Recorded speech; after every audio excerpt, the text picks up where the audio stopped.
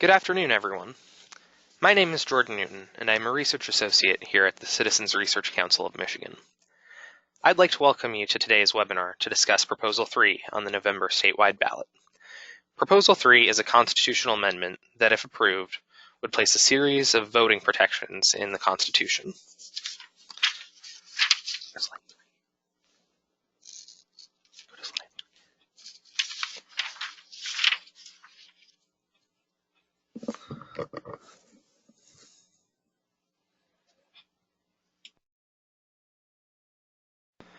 Michigan will have 3 statewide proposals on the November 6, 2018 ballot, dealing with marijuana legalization, responsibility for drawing the maps for congressional and legislative districts after each census, and voting rights.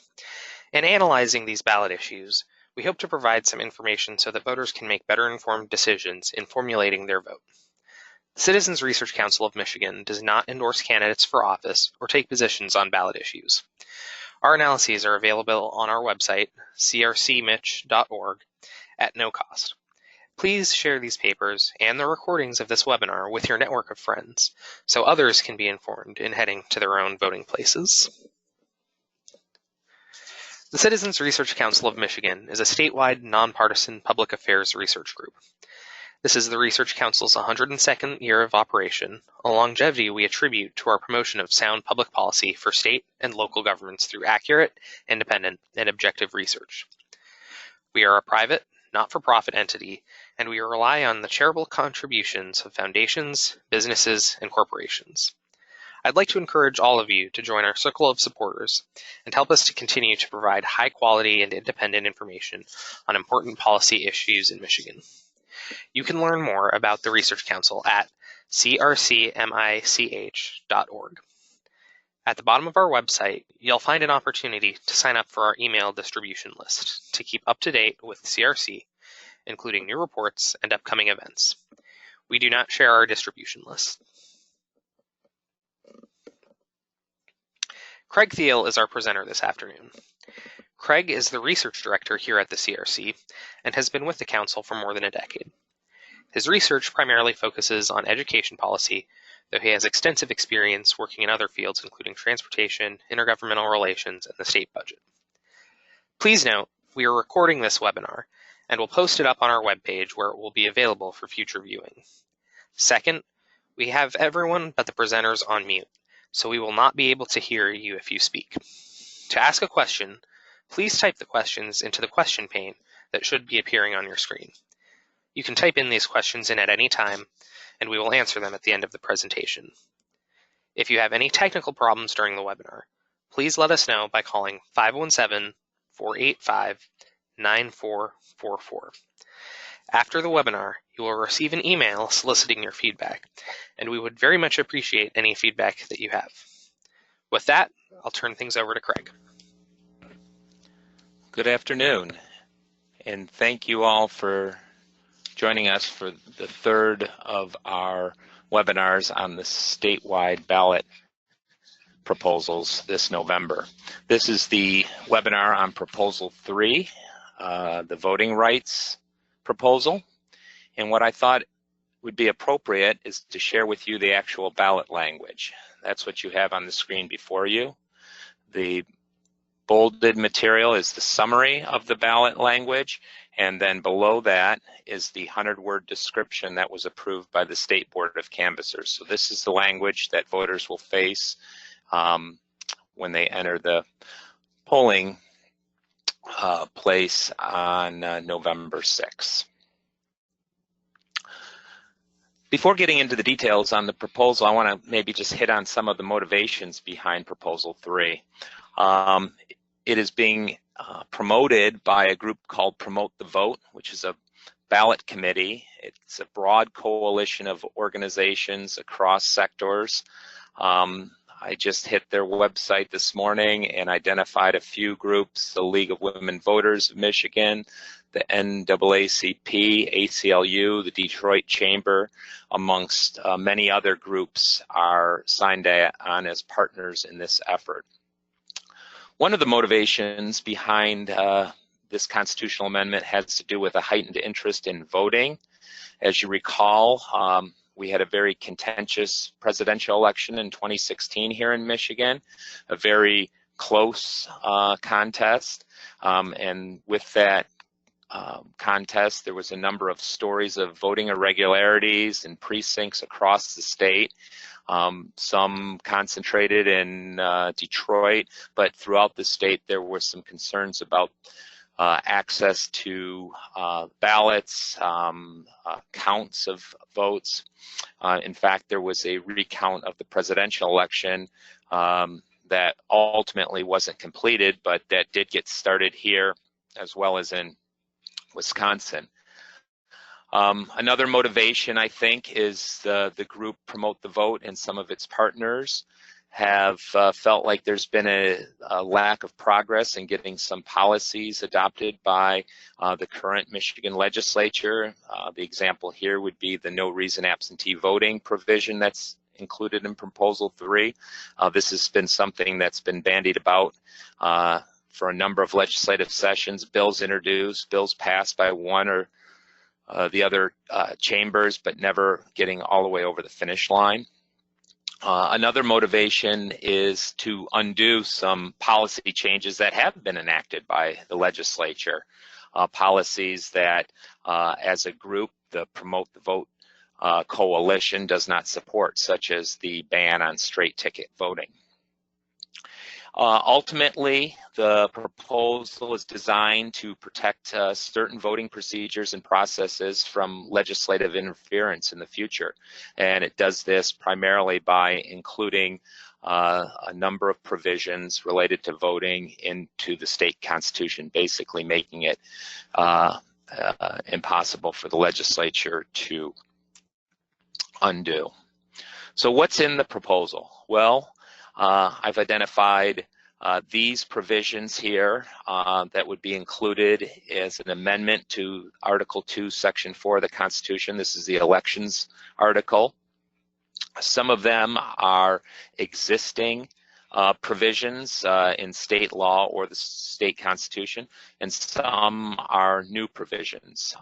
So I'm just going to highlight these, and then I'll go into detail on the following slides. But it would protect the right to the secret ballot. This is an existing provision in the state constitution.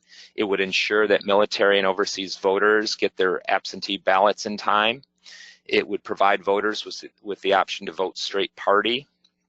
It would automatically register citizens to vote when they do business with the Secretary of State unless they decline to do so.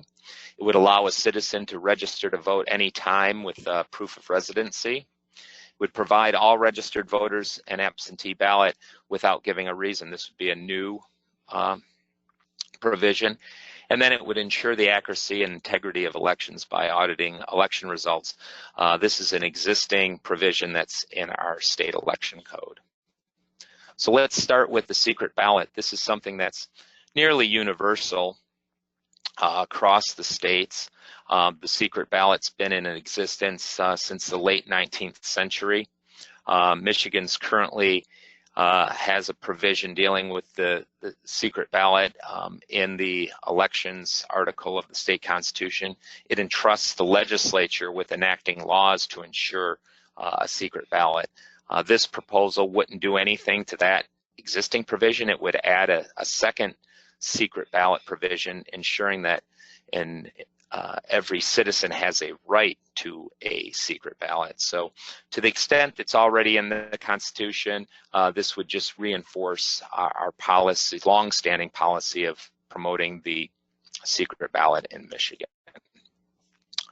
The next provision having to do with overseas voting deadline. Basically, federal law passed in the mid-1980s and then amended in 2009 provide guidelines that require states to get ballots out to overseas voters within 45 days of an election, at least 45 days before an election. For federal elections, states have gone in and changed their election laws to comply with this federal regulation. Michigan has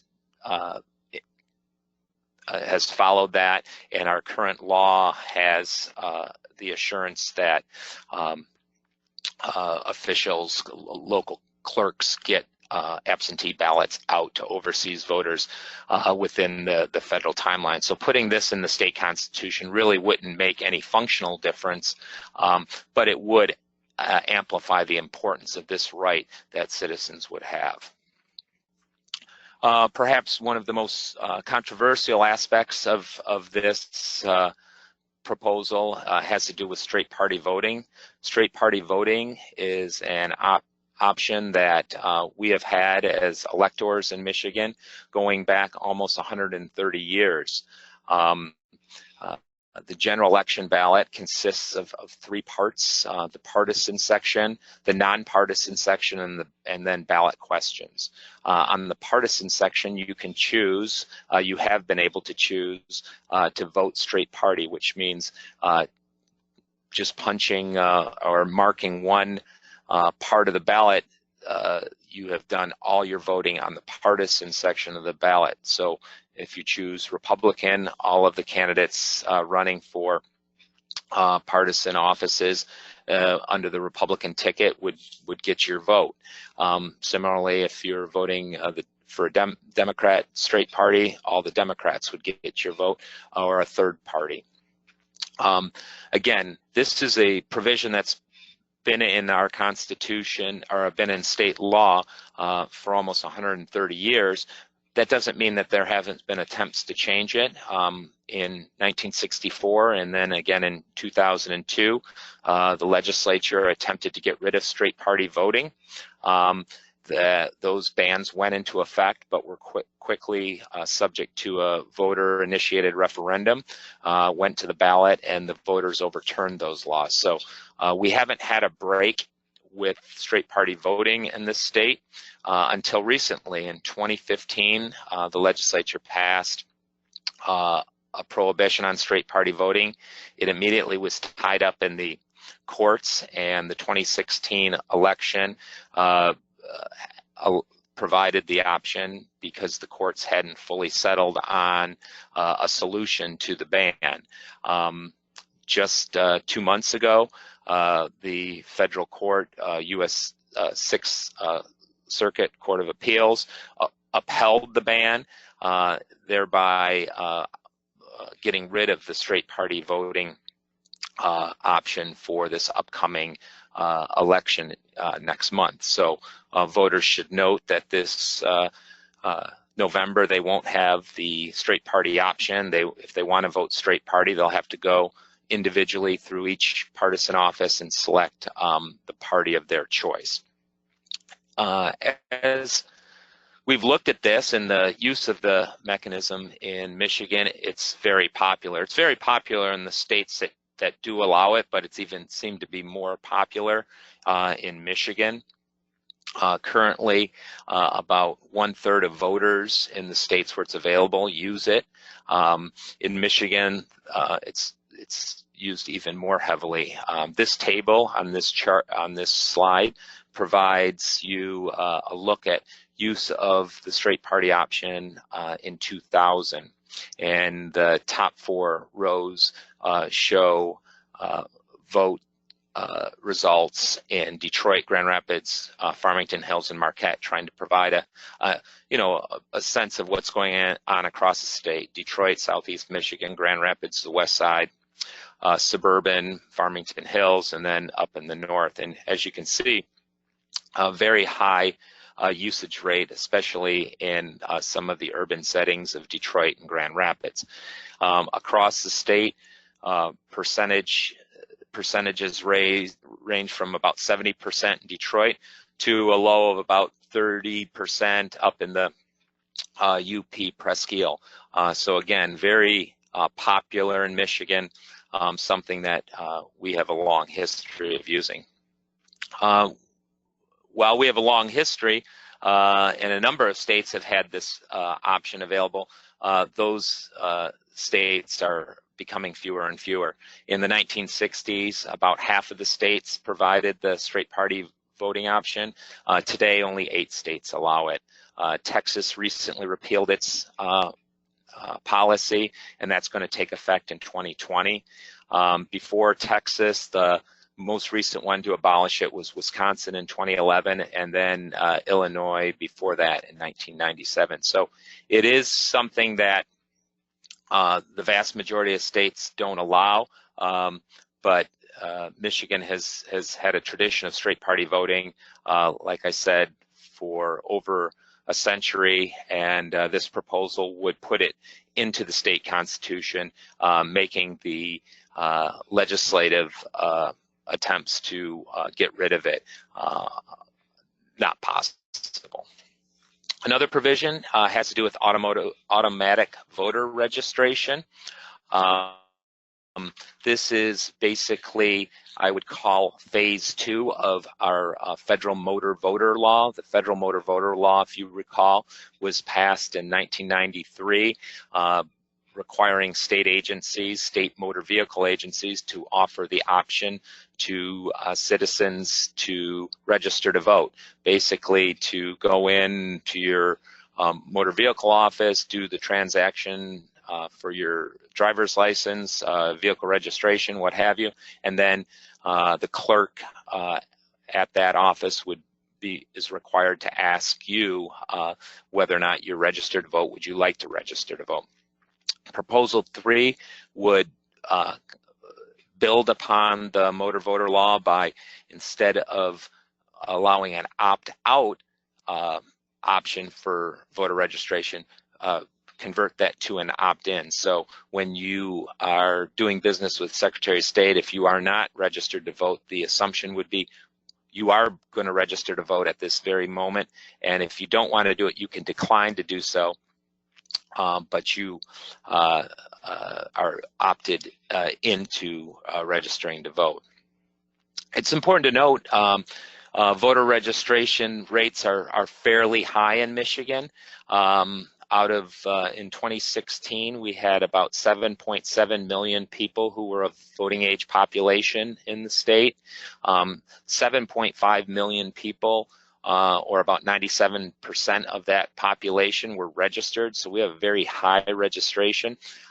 So we're not in a state that has a problem with voter registration. I think this makes it a little easier to get more people registered, but we aren't in any way behind the curve in any sense in registering people to vote. We do have a problem with people actually getting out and exercising their right.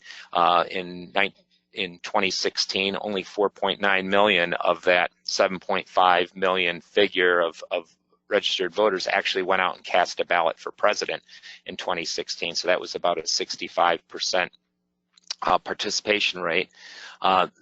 It is worth noting that this proposal doesn't do anything to boost those voting numbers because it's commonly thought that voting is a two-step process. First you have to register and then you have to vote. People who are motivated to vote are also motivated to register.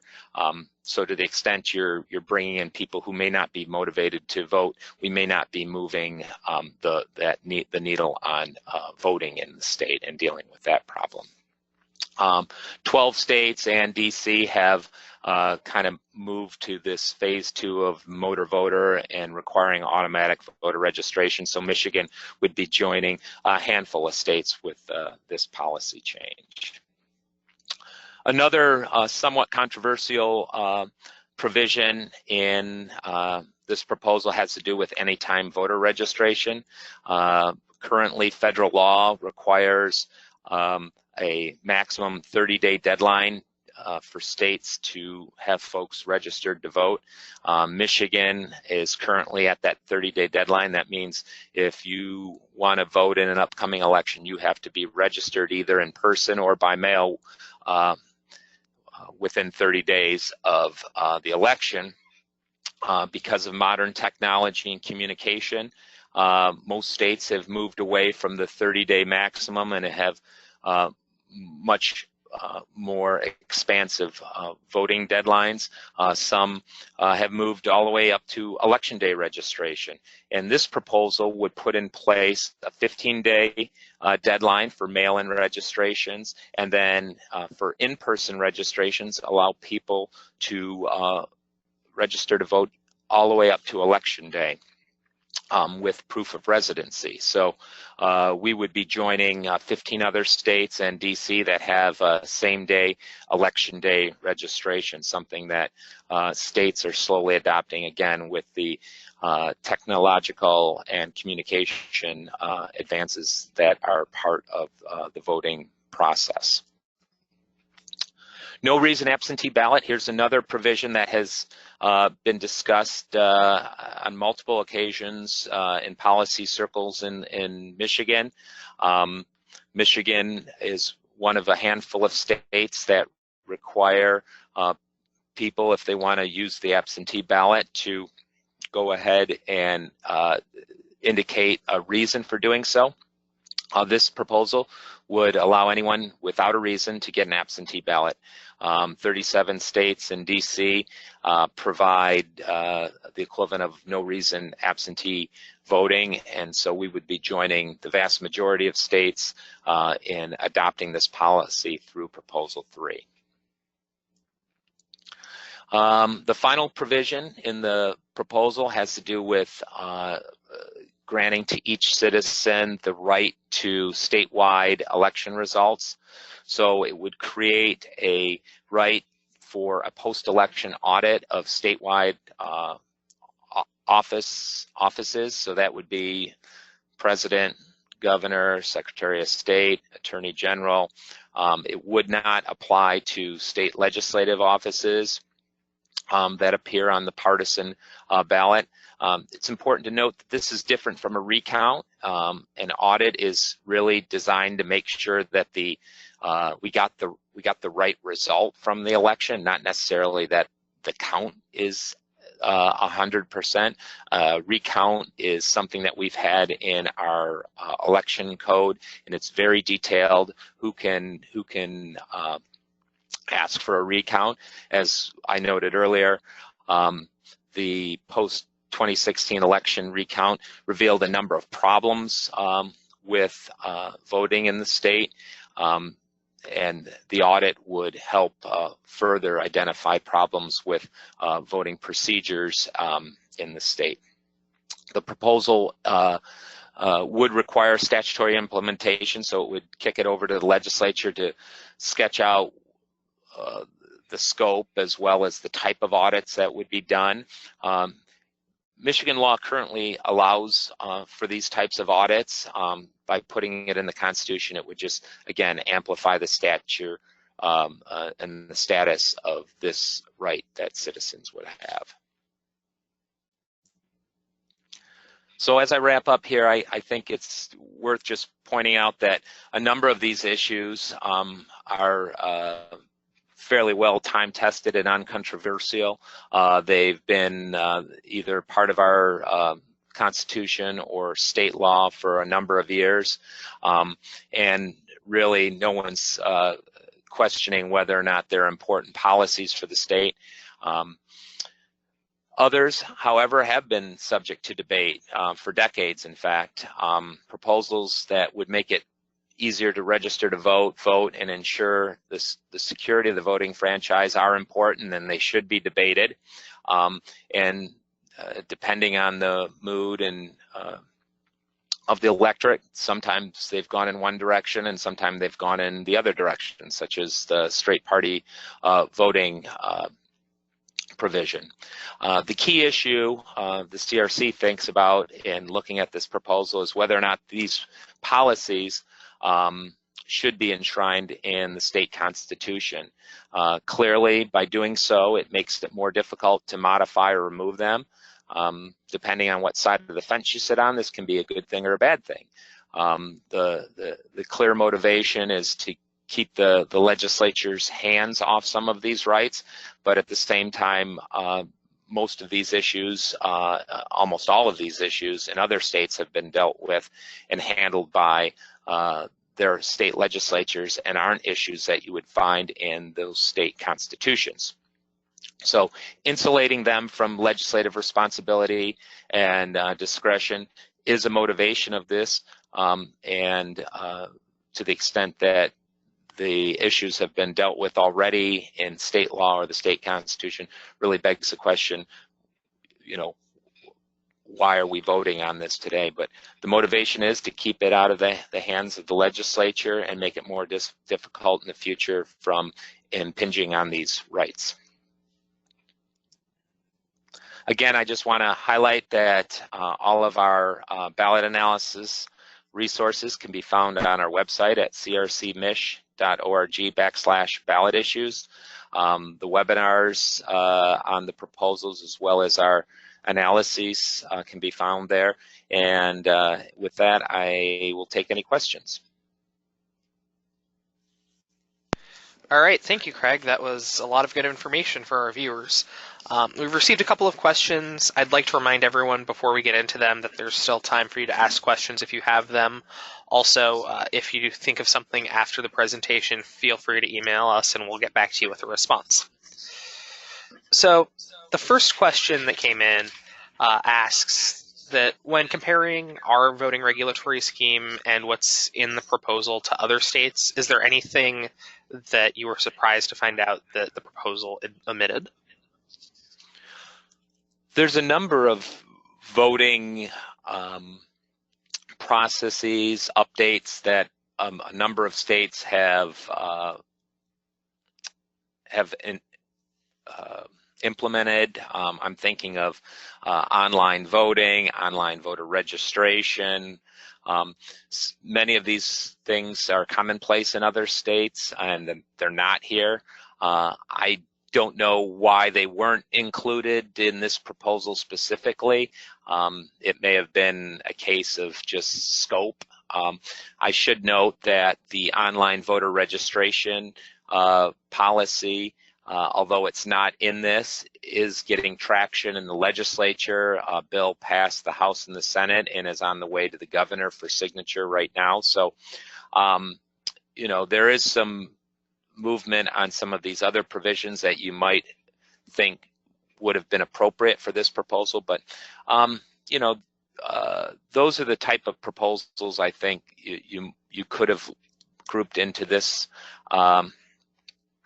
this ballot question that weren't. Whether that's a good thing or a bad thing, I'm not sure. All right. Another one concerns the voting by mail. The question is, in states that do have it currently, how is our proposal to have no reason absentee voting different? So we would expect that more people will take advantage of absentee voting, which is different than the voting by mail. We have 3 states across the country who do nothing but vote by mail. So basically you get a ballot in the mail, you fill it out in the privacy of your home, and then you return it. And that's the only mechanism for voting. Our vote by mail isn't a true vote by mail. It would be an absentee voting procedure where you are, once you vote absentee, you can have the absentee ballot sent to your house. You could fill it out and then return it. But to get that first absentee ballot, you actually have to go to the clerk's office and pick it up. And then from that point forward, you would get it. So this doesn't implement a vote by mail scheme in a traditional sense. It just makes, I think, absentee voting, which much of that's done by mail, easier because you wouldn't have to attest to one of the 6 reasons. All right. Another question that comes in is regarding the now newly removed straight party voting feature. Is there any evidence that the removal of straight party voting could increase voting times this November? I think there is some concern. We've heard stories already of voting instructions going out with absentee ballots about the change in policy and not being aware of the change in policy. I think voters probably aren't aware that this has been done away with and are going to show up on November 6th thinking that they have that option and then realize that they don't. I'm sure clerks will be doing their best to inform voters. I've heard it on multiple radio broadcasts that it won't be available, but still things will change when 5 million people, 4 million people show up to the polls in November, and a good portion of them aren't going to be aware of this. And I think there's no other reason to believe that it won't result in longer lines. So people will just have to be patient. All right. There are a couple of questions that kind of get into this theme about things like internet voting and other ways to make access to voting easier through other methods. So what potential reasons are there to have included or excluded things like internet voting and other access to voting mechanisms from Proposal 3? I think this goes back to that previous question. I think those all would have fallen under this proposal, within the scope of this proposal, if the kind of architects of it wanted to include them. If they were in there, I don't think we'd be scratching our head saying, why is that in there? It's just a matter of which issues they wanted to include and to keep people's attention kind of honed in on. Were these issues here the most important? Perhaps, but those are internet voting, vote by mail, online voter registration. These are all things that we see policies in other states. I'll just add that to the extent those states are adopting those policies, they're doing it through the legislative process, where bills are introduced, there's hearings on the bills, they're debated back and forth, and they a very deliberative process. They're not doing it through placing them in their state constitution, which this proposal kind of changes course and does put it into the state constitution.